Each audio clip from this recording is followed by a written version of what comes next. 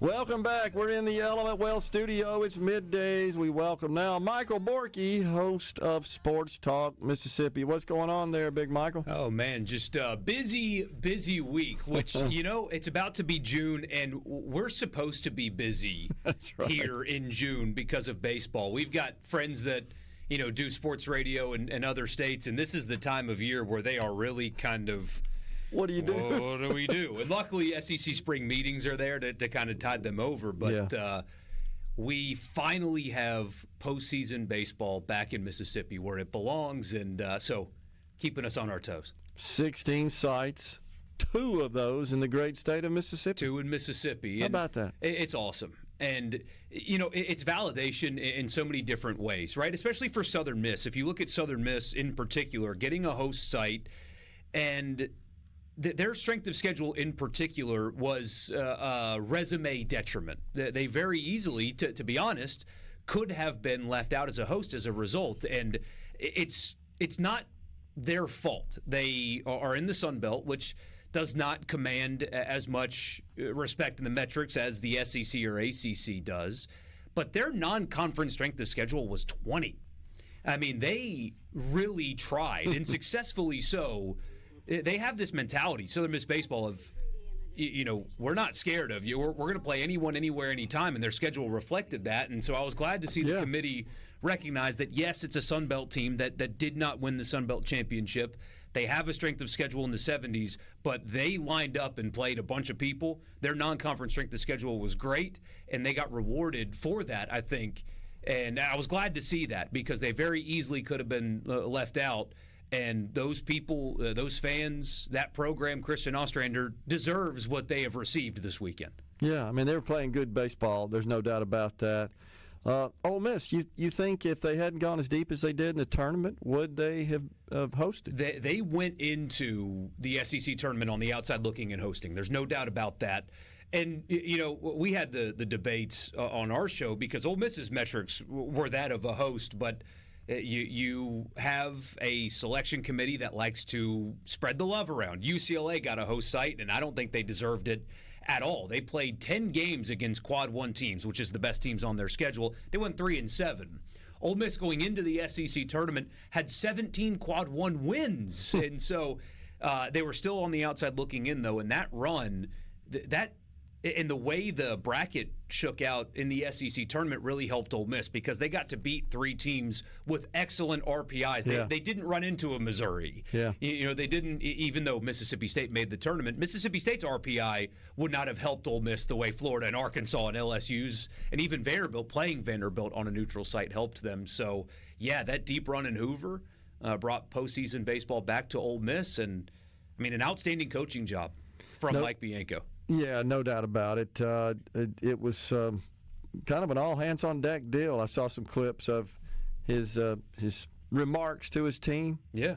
And I thought they were appropriate. They were, especially because this time last year, remember, they finished at the bottom of the SEC again. The 2 years going into the season, they had the worst combined record in the SEC, even worse than Missouri. It was a program that after winning the national championship just fell off a cliff. They really did. And after last season, not only did they have a bad year, their best players hit the transfer portal and went to Tennessee. Their 2 best players went to Tennessee, but they also lost somebody to Texas and to Georgia. And, myself included, a lot of people thought this is irrecoverable. Ole Miss and Mike Bianco's time at Ole Miss, this is the beginning of the end. It's over now. They can't overcome this.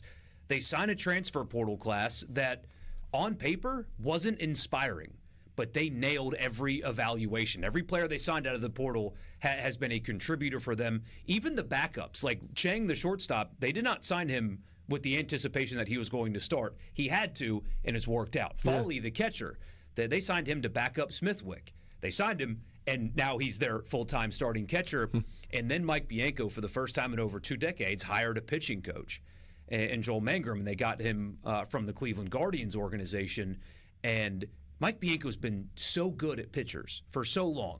And people may roll their eyes at that, but look at the body of work. I mean, Gunnar Hoagland just made the bigs. Doug Nikhazy just made the bigs. Ryan Rollison just made the bigs. I mean, it's... And a legacy of others in the past. Of course. Yeah. He's got a track record of developing pitchers. He's done a very good job of that, but no more. I mean, it became, maybe stale is the right word, I don't know. And there are a lot of coaches that would rather lose their way than win somebody else's. And for a guy that's 2 decades into his career deciding, you know what, I'm not doing this well anymore, I have to hire somebody else, did that.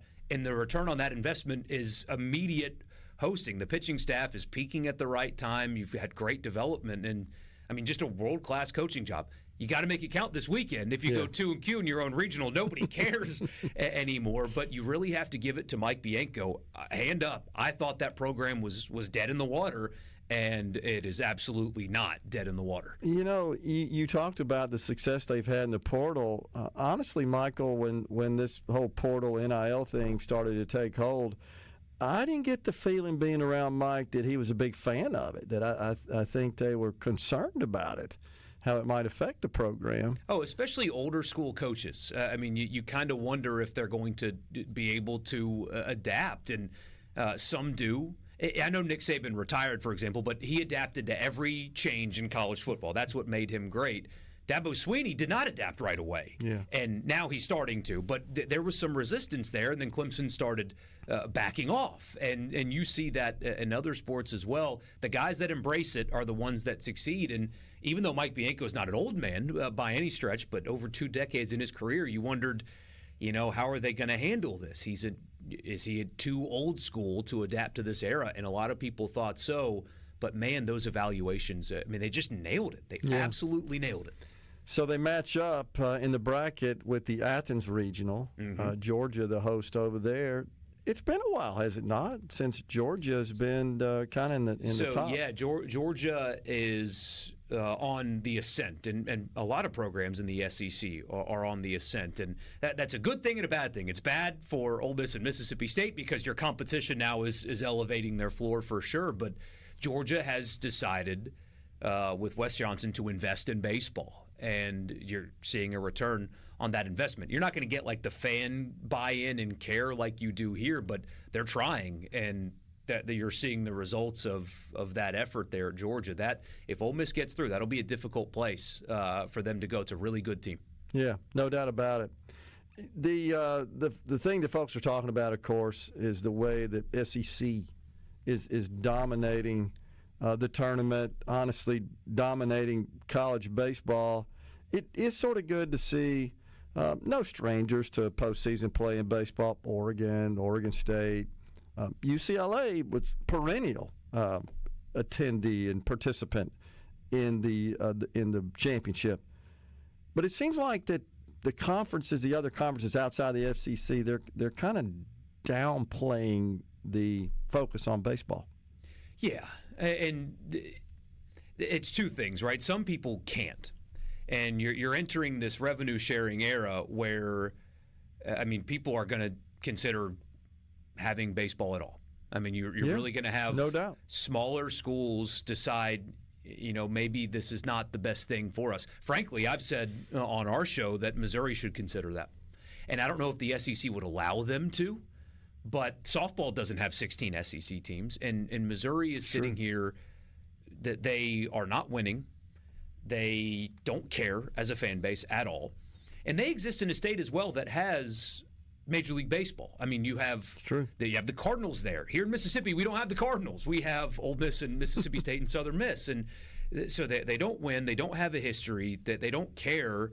Why are you doing this at all? And you might run into some of that, but it is obviously growing in popularity. The College World Series television ratings, for whatever that's worth to people, are improving. They're still not particularly great. Softball beats them most of the time, but they are improving, and you're seeing investment, at least in this region of the country, into baseball. And people are starting to realize that college baseball is fun.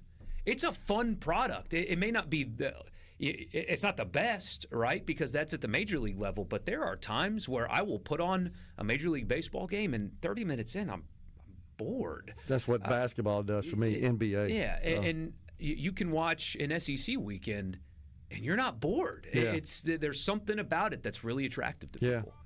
I agree, and you've got also regulars in the tournament, Fresno State, UC Irvine. Oh, yeah. The history there is incredible. It is. And California does such a good job at playing winning baseball, but, man, they don't get the support. UCLA is hosting a regional.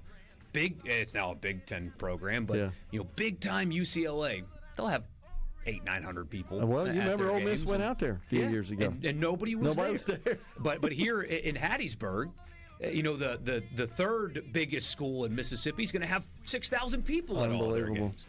Michael Borkey, the host of Sports Talk Mississippi, has been our guest. Great job you guys do. Appreciate it, Michael. I appreciate being here. Thank you, man. We're coming right back in the Element Wealth studio.